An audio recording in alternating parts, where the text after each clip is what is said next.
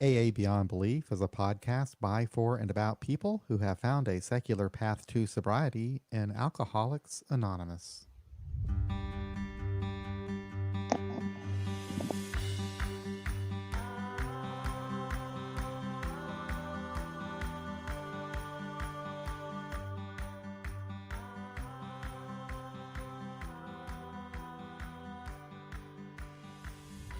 It seems some people are not supposed to be alcoholics. Doctors, lawyers, airplane pilots, and teachers are certainly among this group.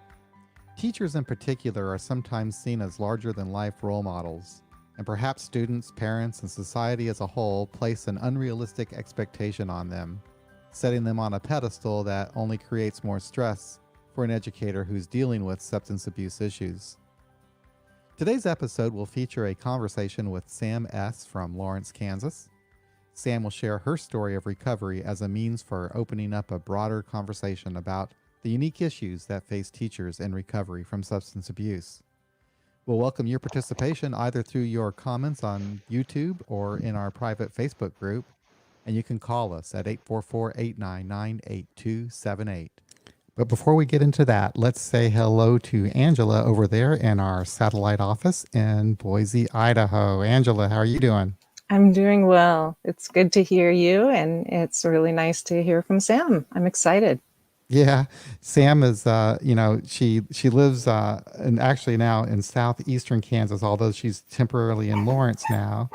And but I've been seeing a lot more of her lately on our online meetings, which is nice. How have your online meetings been going over there in Boise, by the way? They're going pretty well. Still 2 a week, and we're enjoying them. Good. Well, before I introduce you, Sam, I want to talk about an email that I got that we got about, 3 weeks ago. And it came from, I think it was Lisa M. And she wanted to tell us about a possible origin of that slogan, think, think, think. And she says it came from IBM. And what happened, there was a Thomas J. Watson who was the head of IBM up until 1956. And he happened to be attending that dinner that the Rockefellers that Bill Wilson attended, where he was trying to get money for his big book project and so forth. Oh, and wow. Thomas Watson, he donated like $250, which was quite a bit of money at that time. But anyway, he came up with this slogan for IBM that was called Think. And he actually got it copyrighted or trademarked as a slogan on June 6th of 1935. And apparently in the 1950s, it became a marketing slogan for IBM, and it was picked up by AA. And I read in her email that apparently at an AA conference, this IBM slogan was put in one of the pamphlets, and that's how they came up with Think, Think, Think. Interesting, huh? Okay. Wow, So, that's great. Whether or not that's true, we'll find out. We may never know, but if somebody out there has another version of how that slogan came about, I'd love to hear it. Well, now to Sam. Well, thanks for the AA history. I appreciate that as a history teacher. So. Oh, are you? I never knew that. I always wondered what you taught. Okay, cool. That was always my favorite subject in school too, by the way. Oh, wow. Well, I wish I would hear that from more of my students. Yeah, I don't know why people don't like history. To me, it's a story, and I was always fascinated by it. But anyway. I love history, so. Yeah. So Sam, like I said, you were actually attending the We Agnostics group in Lawrence, Kansas before I even knew what a We Agnostics group was, I think. Before we started our group in Kansas City. Yeah.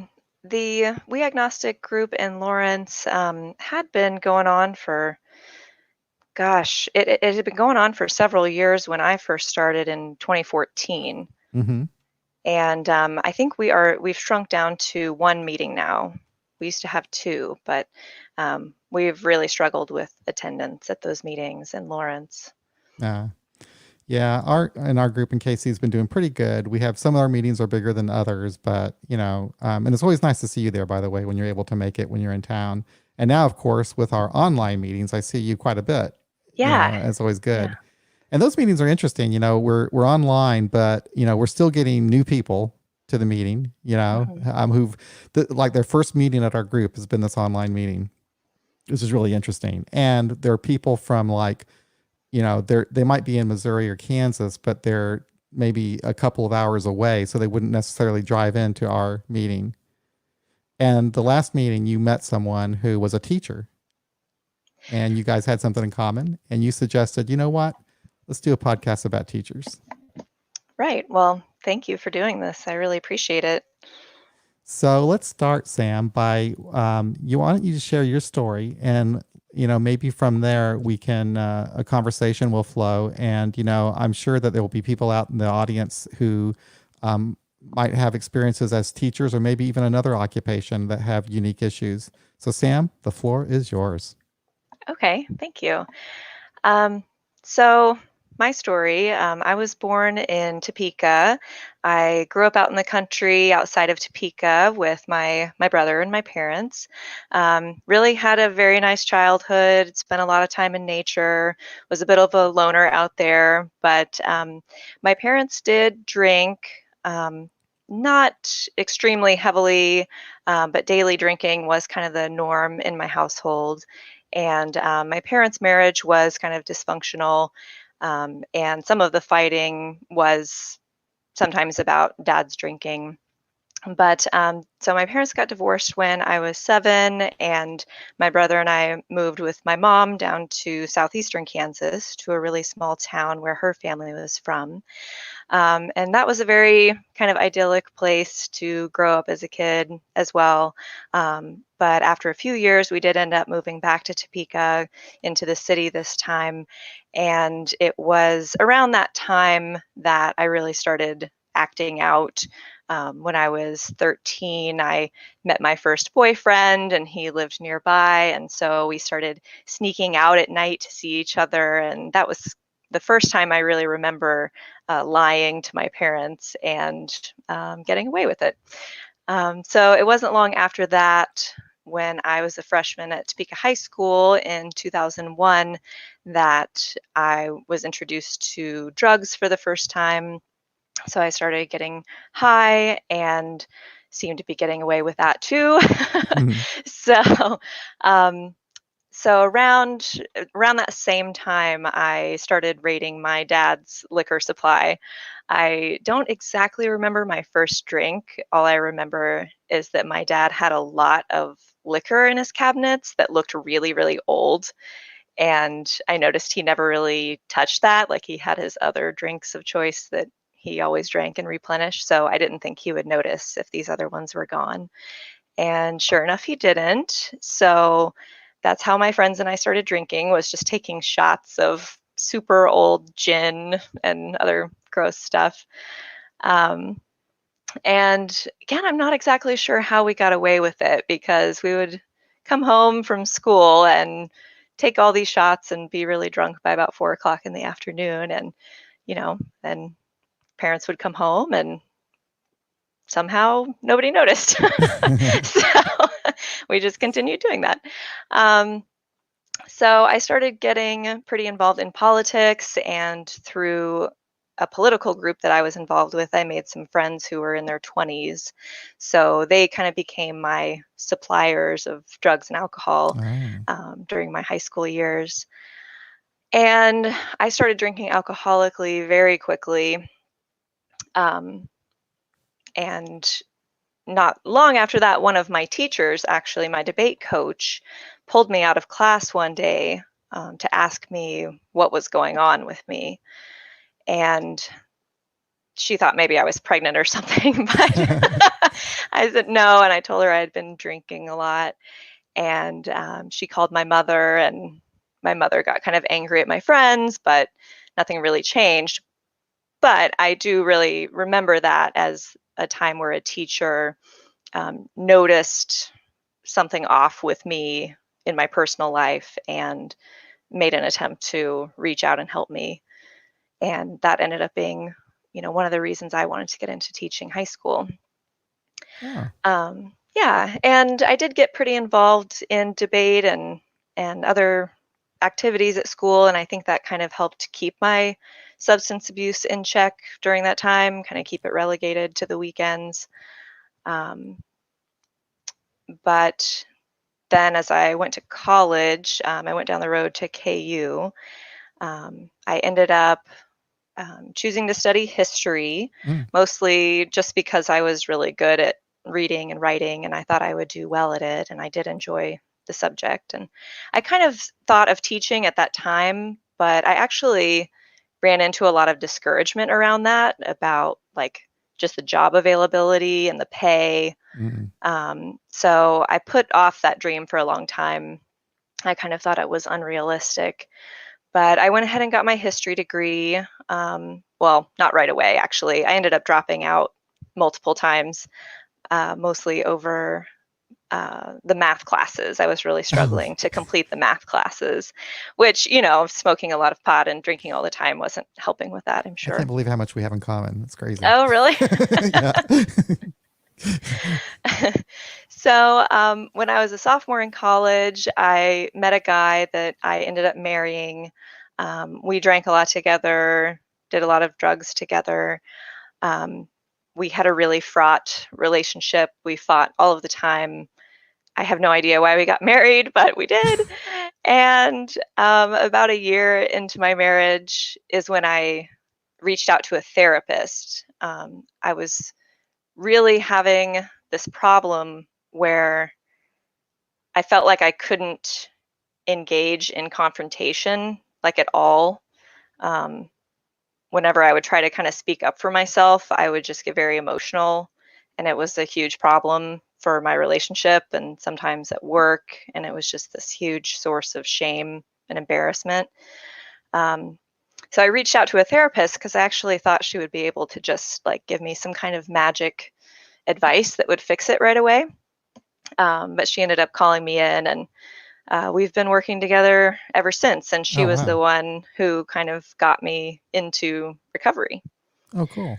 Um, so, of course, like during my 20s, the drinking was getting worse. My tolerance was getting less. I was spending a lot more time being sick. The marriage was not going well. Um, about a year and a half or so into my therapy, my therapist started to explain to me that if I didn't deal with my substance use issues, I probably wouldn't be able to make progress on anything else in my life that was bothering me.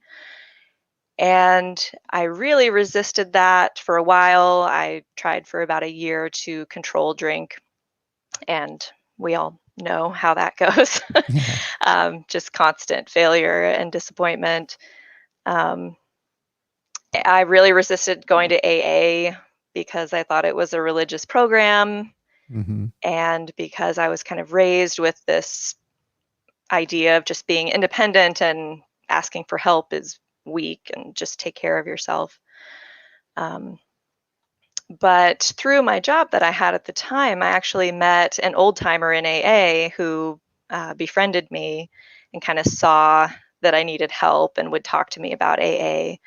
And so when I hit my bottom, he was actually the person who took me to my first meeting. And so he took me to a traditional AA meeting. And it was kind of funny because there was actually a girl there that I knew from high school who I Hmm. had really looked up to and wanted to be just like her. And so it was really comforting to see her there. And um, I remember the first thing that the first person said was, "You never have to drink again if you don't want to." And that just shot right through me. And so I say that to people often in their first step meetings because it Yeah. made such a big impact on me. Um, so, so yeah, I discovered the agnostic meetings. I got very involved with those. I ended up changing jobs. I got into landscaping for a couple of years, and the physical labor was really great for me, I think, during that time. See, I think I met you when you were doing the landscaping thing, didn't I? Yeah, I Yeah. think Okay. so. Yeah. Yeah. um, and that's also the time where I met the person in AA who ended up being my math tutor and getting me back into school and helping me get my bachelor's degree. Oh. So that finally happened when I got sober. So at this point, I've done a couple of things that I never could have imagined I was capable of, finishing my degree and getting sober. So I started revisiting this idea of getting into teaching, um, because things started seeming possible again that always seemed impossible. And I just decided I was going to follow my passion no matter how hard it was and just figure out a way to do it. So I ended up finding a program through Fort Hayes that lets you teach on a restricted license Oh, in the subject area that you have your degree in okay. while you take education classes. So I've been doing that for the past 2 years. I've been teaching at a rural high school, and I am getting my master's in education this May. I actually just finished my last class today. Oh, congratulations. Thank you. Congratulations. Thank you.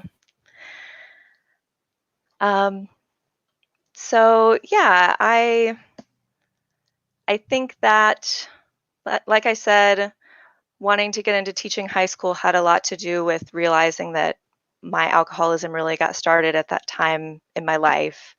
Um, and I really wanted to be there for kids the way that my teachers were there for me, and kind of try to help kids stay on track during this time where they're, trying to figure themselves out and experimenting with different things for the first time. And um, So so that's been great.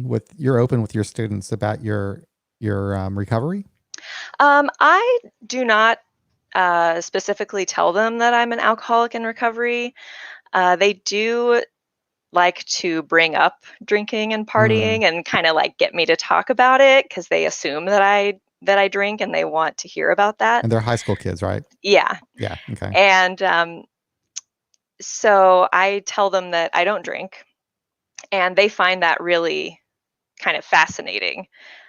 So it's fun to be able to tell them, like, yeah, like I have fun in other ways, and drinking just makes you really sick and makes you act stupid, and you can't even remember the good stuff. So um, yeah, it really helps me a lot in my recovery to know that I am being a role model of having a fun life without drinking, and kind of being that example that I really needed when I was Right. their age that I didn't really have. Right. Right. Yeah. Yeah. My drinking, like most of us, got bad, I guess, in high school. I mean, it was when I first, well, that's when I first started drinking, really. I mean, on a regular basis. And it started off bad and got worse from there. But, Right. I remember a teacher that I really liked. And she was my English teacher. And I always had a lot of respect for her. And I knew that she liked me. And she never really said anything about my drinking or the way that I would, act. But I could tell that she was kind of disappointed in me. Mm, Whenever kids might make fun of my drinking or something like that, or make jokes about it, I could just see an expression on her face that just made me feel like there's something wrong with this. Of course, I would just dismiss that, for the next drink. But yeah. yeah. So it would have been different to have a teacher that would just come over, and talk to me. I wonder if you ever recognize a student like that you think might have a problem. I I have I do know of a student who is struggling. Um, it's been difficult to connect with that person, actually. Um, I I think I have still been a little bit reticent to be really direct Sure. around that kind of thing, especially when it is based on gossip, Right. and not somebody asking for help. But um, Right. yeah, I probably should. Yeah. Well, and of course they have guidance counselors too at schools too, I guess, that are, that the kid could see Yeah, too. we actually Oh, don't. really? Yeah, Wow. our school is really small, so our Okay. staff is really limited. So it really is on the teachers to handle any kind of thing like that, I suppose. Yeah. Wow. Do you talk in amongst yourselves with the teachers about any of these things? I mean, do you know, is anybody out as being in recovery on the staff, or do you guys not talk about anything like that? Um, There is one person on staff who, actually the custodian, who I've discovered is, we just through kind of chatting, um, we have kind of figured out that both of us are in recovery. And then or I discovered that he doesn't drink. He hasn't drank for a long time, and so I shared with him that I'm in recovery because I felt pretty comfortable having that conversation with him. But outside of that, I have really kept it to myself um, with the rest of the staff and the administration. Um, That's pretty much maybe how I am in the workplace yeah, too. I don't yeah. really bring it up. It just doesn't, there's not a reason to really. Hmm. And for a long time, when I was first starting out, I wouldn't want anybody to know. I wouldn't. Now, if someone were to find out, it wouldn't bother me, But at that time, when I was first getting sober, I was, it took me a while to get financially stable. So I always had a lot of fear that I could lose a job or something. And so you know, and I think I carried that stigma with me longer than I should have. Yeah, I mean, if I develop kind of a friendship on top of a work relationship and I feel Yeah. comfortable, I'll disclose at that point. But yeah, it's a very small school and a small community, so things kind of, hot gossip gets around fast. Yeah. So, By the way, Joe is asking what kind of history you teach. oh, well, I'm the only social studies teacher for the middle school and high school. Mm-hmm. So I teach Kansas history, geography, current events, American history, world history, and government. Well, cool. Yeah. I went to a small school. Lansing High School was small at that time. There were 400 students in the entire school. There were 90 in my graduating class. Is that about the kind of school that you teach in? No, there are less than 90 in the whole K through 12 Oh my school where gosh. I teach. So Okay. this year we are graduating 7 students. Oh, cool. Yeah, Wow. extremely small. I love it. I Yeah. love it. And now you're online doing it. Yes, that's been interesting. How's that going? Well, that we have some kids that, live so far out in the country that they really don't have a solid Yeah, internet connection. So it's been pretty challenging for I a lot of bet. them. Yeah. Yeah. Okay.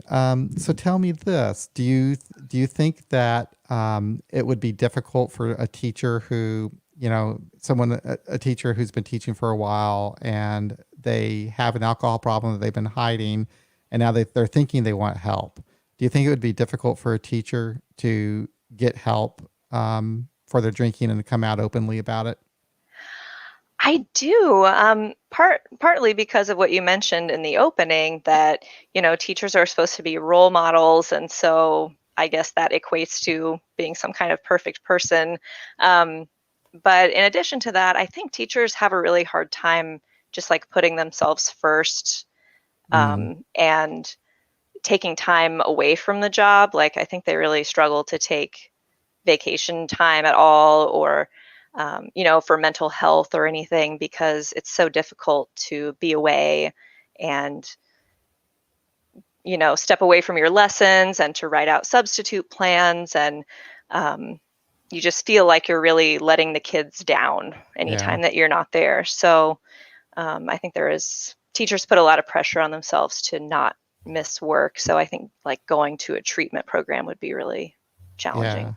Yeah. And it's not like it's just an 8 hour a day job either, is it? No, no, Yeah.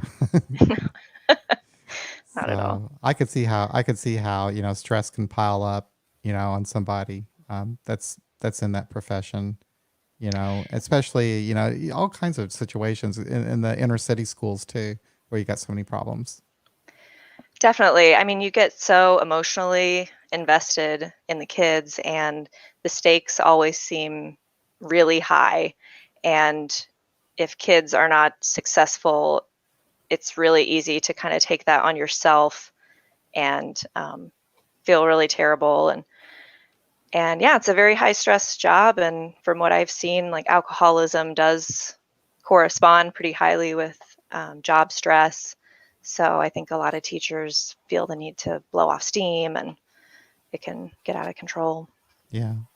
Angela mentioned, she reminded me, I think the last time that I don't know if it was the last podcast or the one before that, that you called in and you mentioned that you help your students with mindfulness. Yeah, so that was something that I tried out last year. I got the principal to let me do like an 8-week pilot program on mindfulness meditation. We had this like 15-minute block in the middle of the day that was kind of used as a study hall. So I made my room a meditation room during that time so kids could come in and, just sit or lie down. And I do a guided meditation because there is a whole lot of study about how much mindfulness practice can, improve anxiety and depression and academic stress and help kids perform better on tests and all kinds of benefits. And do they like it? They really did like it. Some of them wanted to just come in and take a nap, which I was fine with too. I mean, I think naps are beneficial as well, but some of them did come in and meditate and really got into it. So I'd like to continue it, but I think it's going to have to be something that happens extracurricular now because they have kind of revamped the schedule and put that time towards more math remediation. So. Wow.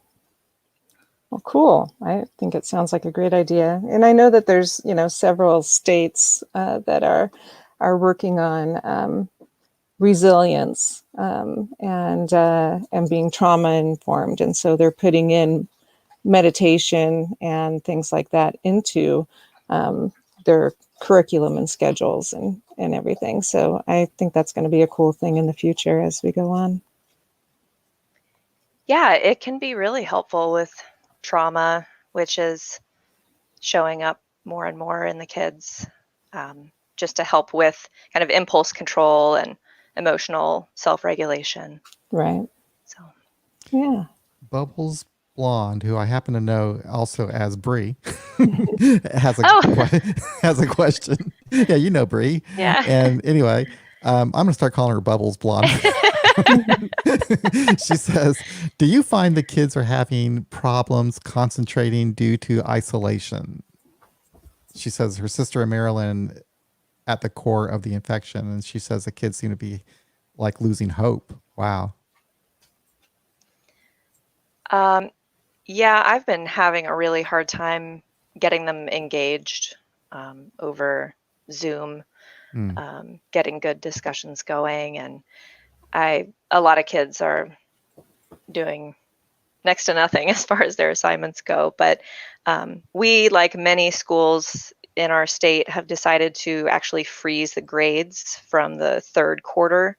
So they can only improve on where they were at before. We're not going to lower their grades because we realize that so many kids really don't have home environments where they can reasonably study. They don't have quiet space. They don't have any kind of authority figure who is actually disciplining them to sit down and do the work the way that they do at school. So it's just kind of unreasonable for us to expect them to perform well. And it's going to be hard on them too. If you're in a rural area and you're really isolated anyway, just because of where you live, and the only time you really get to break that isolation is at school when you get to see your friends and your teachers and so forth. And now you don't even get that break. Yeah. Most of them just tell me that they're really, really bored. Yeah. Tracy Rossman has a question for you. She says, do you think there'll ever come a time when we can talk openly about our recovery without shame and anticipating repercussions? She says, I'm seeing such admissions more and more in obituaries. Wow. Yeah. I personally think that yes. I think that more and more people are coming out as being in recovery. There's some strong arguments within the more traditional AA community about that and anonymity and everything. But there's also, quite a few people that are saying that, anonymity is killing people, and that, by sharing that we're in recovery, it gives people, someone to go to if they think that they have a problem.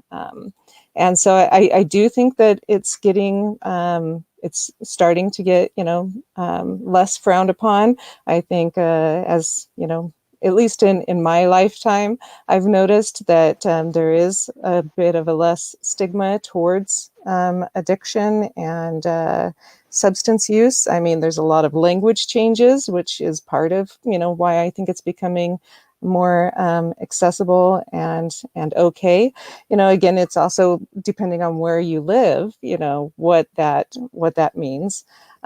Here, where I'm at, I'm free to say whatever, and so at my jobs, I've shared, depending on when it was needed. I usually don't wear like an AA T-shirt or anything like that, or put it. I don't answer the phone with that, and then the company I'm working for or anything. But I also, if I'm asked about, do you want to go out and do this, or we're having a company party doing this, I would say that I don't drink, and if asked why, I'd say, that I was in recovery, but I also haven't had a job where, like with teachers, there's that, teacher, parent, administration, whole bureaucracy thing. And I can see that, particularly in a rural area, that could be a problem. So, I was curious about if you guys talked to each other, like with the other teachers, to see if they had any sort of programs for teachers and people who work with kids, just like, the nurses and doctors have a program, and the pilots, have their own meetings and stuff for people that have, because I do think it's kind of a special group, because you guys have things, the pressure that you're dealing with, the multiple people that are coming at you with how you're supposed to be doing your job, and that a lot of us can't relate to that in the magnitude of what you guys deal with on a daily basis. Like, I would have my boss or people coming at me regarding my behavior, but you have it, yeah, times 3 at least.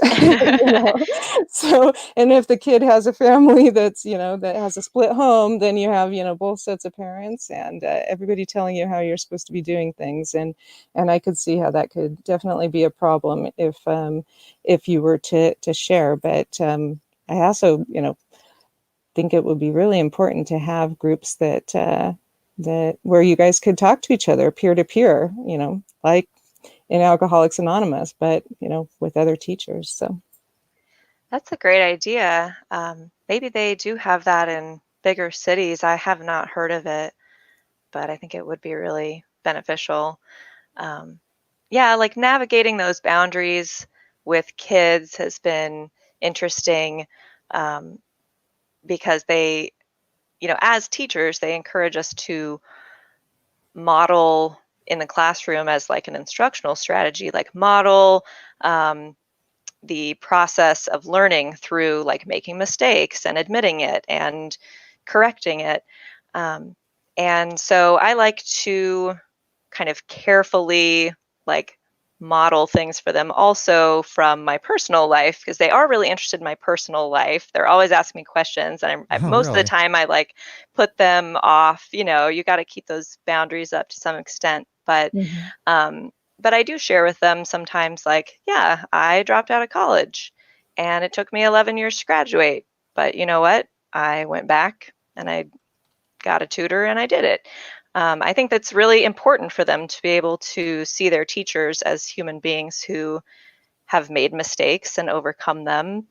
And, that's just like a part of life. Yeah. Right. So we have a caller from area code 314. We'll go ahead and take that.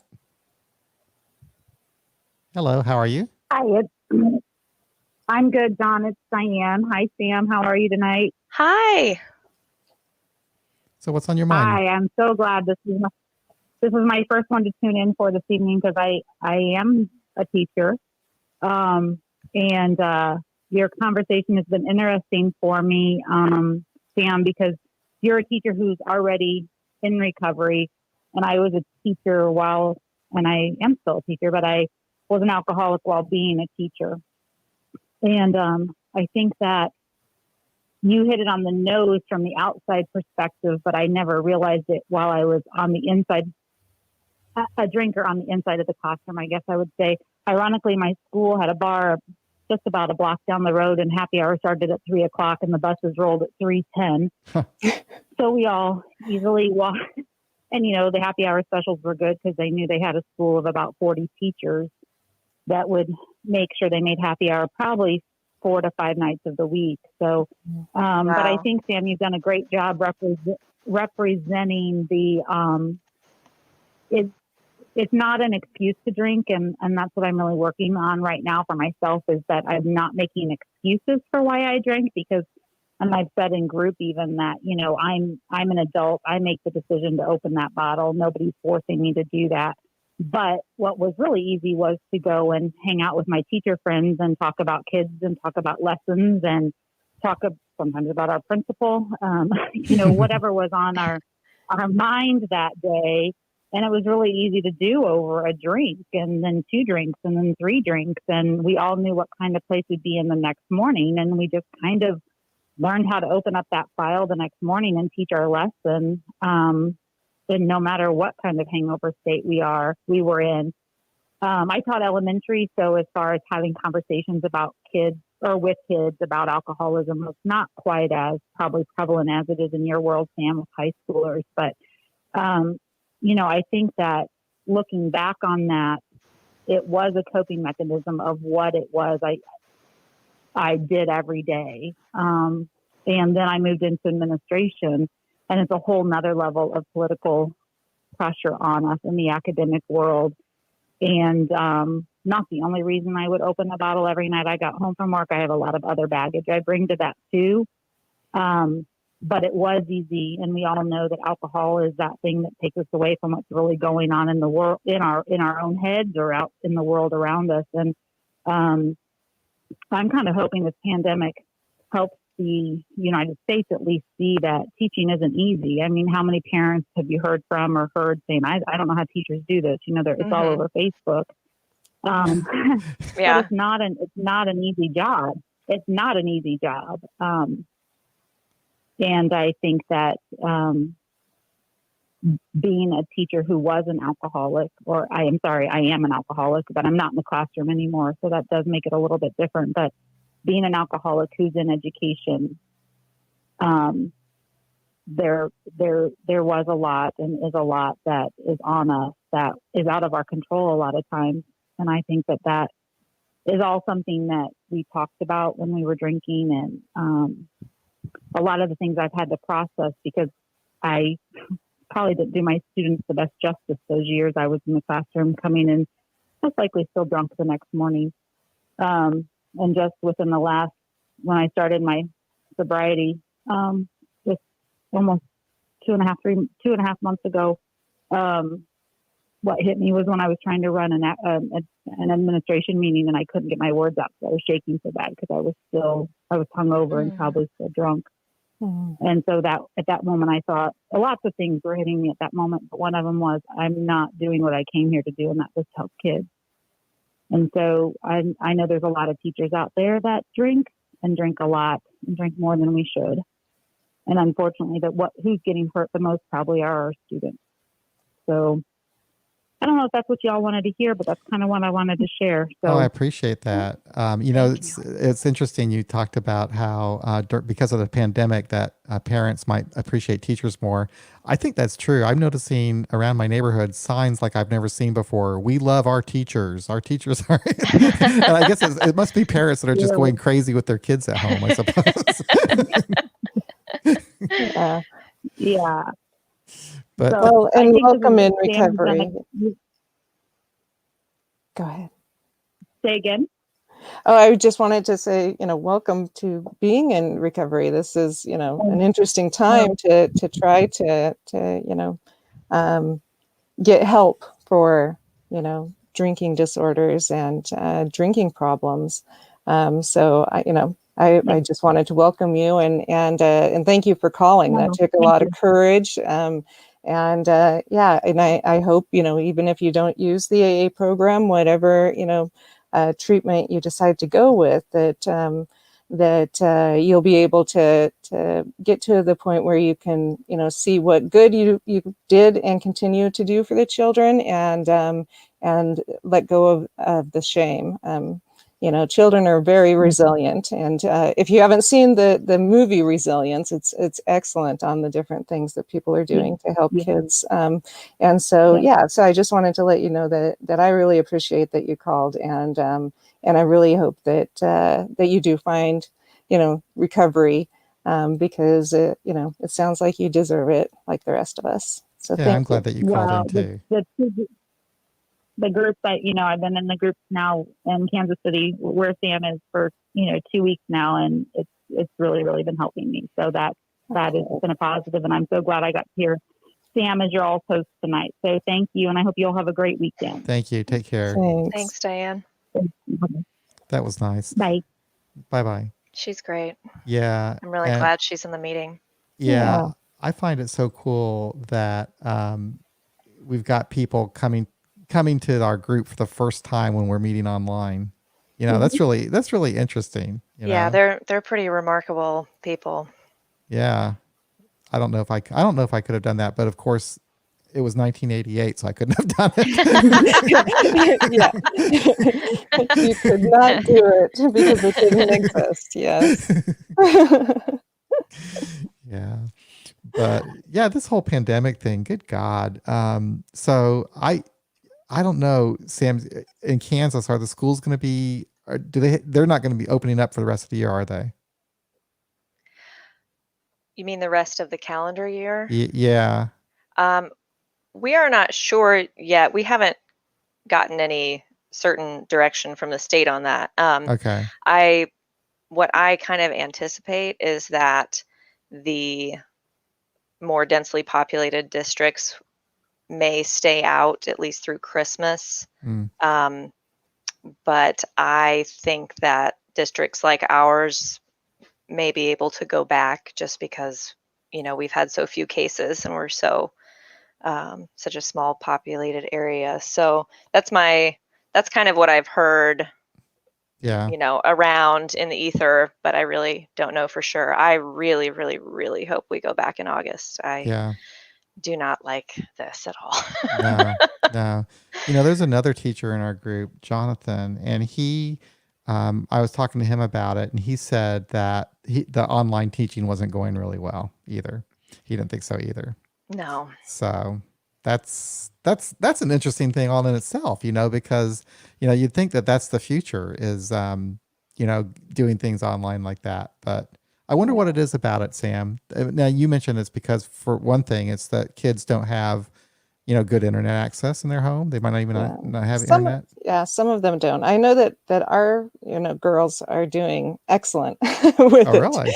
And so, but they're very self-directed, and we have a good internet connection, and we're both very open and involved, and interested in learning as well. So they've learned to kind of teach us, because they'll ask us a question and we'll ask what they think about it, and then we go from there. So I think it really kind of depends on the kids and the area that you're in, whether or not it works. And particularly introverted kids, it seems to be great because they're like, yay, I don't have to go to school and feel awkward, but for a lot of kids who don't have that, or kids who have alcoholic parents, going to school is a refuge. And so, I'm hoping for those kids that will figure something out so that they can have a better, safer learning environment. We definitely have kids that are doing well, but they're mostly the kids that were always doing well. Right. Yeah, like lots of good home lives and very self-directed, and even some of them have already been taking like online college classes. Right. But, it's the kids that are either not doing well or kind of right on the edge that have kind of fallen off the radar. So that's sad. That's sad. So if there's anyone else that wants to call in, our number is 844-899-8278, and we'll be glad to take your call. Even if you're not a teacher. Jaron is writing in. He works at an elementary school, and he has 2 young kids at home. And he says, as both a coworker and a parent, he can vouch for these teachers working hard. They work hard, he says. And I knew they did. Yeah. Yeah. I'm glad that our girls are older now because, if this happened, when they were first learning Common Core, there's no way. Yeah. No way I could help them with that. Well, and so much of like the learning now, we want them to be collaborating with each other and, to work on the social emotional skills, to be together. And there's just so much more that happens in a classroom than, reading something and writing a response and emailing it in. There's just Right. there's just a magic in the classroom that you can't recreate over Zoom so far that I have found. Right. Right. That's interesting. It's like an AA meeting too, in a way, Hmm. There's a lot that goes on, the online meetings are great. It's good to have that, but there's that extra component that you kind of miss with the face-to-face connections. Yeah. There's a lot that happens, in a meeting that doesn't really have to do with what we're talking about sometimes. Maybe it's just seeing people in person means a lot. I never really thought about how much I appreciate that. Diane also says that she's seeing a spike in child abuse and couch surfing for her older students. Yeah. Yeah, I really think that school for many of these kids is kind of the safe place and the structured place, and they are still developing their impulse control and everything. So yeah. And I was surprised, on the news, the percentage of kids that get their meals from school. Oh my God. So there's a lot of kids that just aren't even getting their meals now, regular food. So tough Well, I times. think in some areas, I know in our area that that there are schools that are open for kids to get their food, and so they can go really? and they even opened it up so that you don't have to be like a registered student. So anybody can come, and the kids can get out in line and 6 feet and all of that kind of stuff, but grab a lunch and take it home. And some of them you can get a box that will supply the child with breakfast, lunch, and dinner. So, but again, I think it's the area that you live in and such. So Sam, what do you see for your future? What do you want to do going forward? well, so even though I just finished school, I'm kind of already thinking about continuing on to add some endorsements to try to make myself a little bit more marketable. I am looking for teaching jobs closer to the Lawrence, Kansas City area. Oh, okay. Yeah. That'd be nice. It'd be nice to have you close up here. Yeah, I would like to come home. It's been a good experience down there, but yeah, I miss my community. It's a beautiful area down there, southeastern Kansas. A lot of people don't realize how nice that is. Are you in the Flint Hills area? Yes. Yeah, I yes. love it down there. It's really, really beautiful. If you haven't ever driven through that part of Kansas before, it's like from Emporia, Kansas, down to the Oklahoma border, I guess. It's just south of Wichita. It's this Flint Hills area where it's just beautiful, almost treeless areas. It's like an ocean of grass, basically, and hills. You can just look and look and look and look forever, and it's just hills and rolling grass. It's mesmerizing, really. Yeah, I do love that about it. It's great. But of course, around here, we actually, we have other, have things to do here. It's just an advantage. I was down there yesterday, and I was actually cruising around with a local friend of mine, and he was so funny because he was saying, I don't know what city people do for fun. What do they do to entertain themselves when they don't have all this to drive around and look at? That's funny. Well, Neil Montgomery says they run the regular bus schedule where he lives just so kids can eat. Wow, man. Amazing. I never really, it never really hit me. Well, I don't have kids or anything. And fortunately, growing up, I didn't have to worry about food. And then we have someone from Facebook making a comment. My son just finished university. There are issues with screen learning for some. I bought him the newest e-reader so he could save money, get his textbooks on PDF. He said that he just doesn't get the saturation of learned info on any screen e-reader or computer compared to what's comprehended and retained in person or from a physical book. By the way, I like physical books better too. He is a millennial, so it's not a generational thing. A study of law students, half got digital books, half got hard copies. The hard copy students, I think she's going to say, did better. That's interesting. Wow. And we have a caller. We'll take this call. Hello. Hey guys, this is Jared from Madison. Hey, Jared. Nice to hear from you again. How you doing? Oh, I just keep putting one foot in front of the other like everybody else. How about yourself? Oh, same thing. Yeah. Same thing. So what are your thoughts on this topic? So,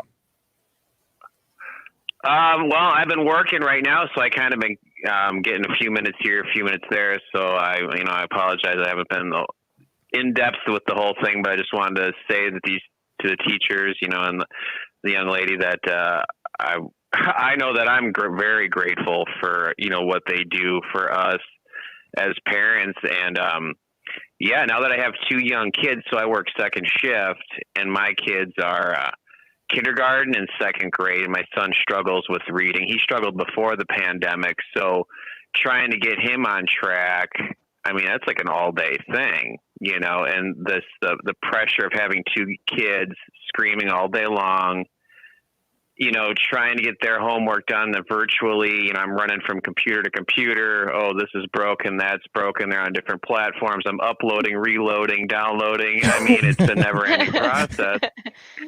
And then I got to go work at essential job still. And my wife's gone at her essential job.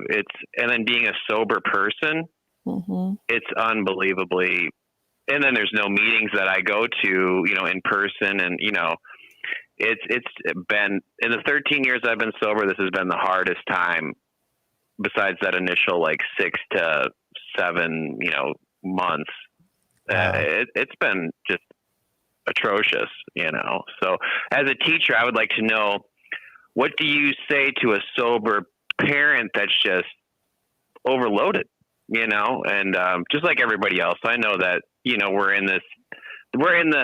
we're in the same storm. We're not in the same boat, is what I've heard from some people, and I think that kind of rings true. So you got any suggestions for a stressed out parent here?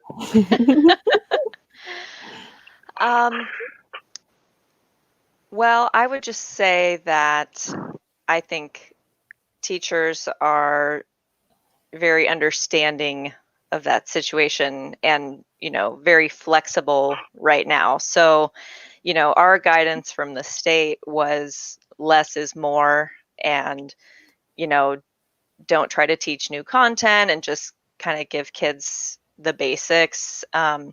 So, if teachers aren't doing that, that's kind of a problem. But I think they realize that we realize that it's really difficult, and we're making lots of exceptions. Yeah. At the time, we're being very, I used to never take late work, and of course that's gone totally out the window and everything. So things have definitely relaxed for the time being.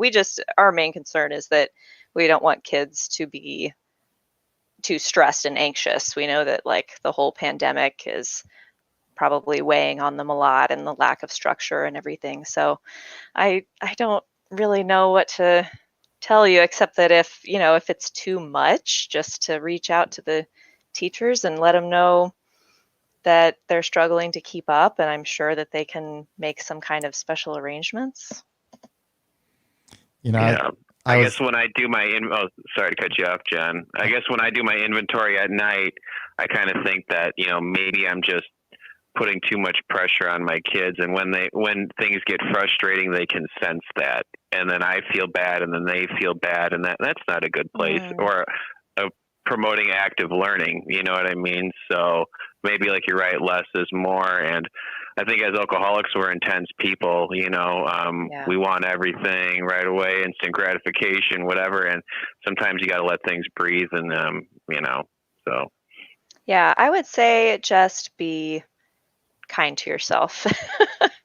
Just, don't be too hard on yourself.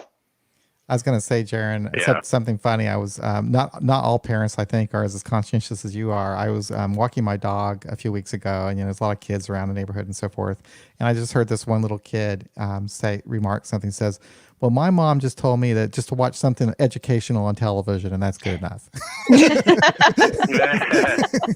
Yeah.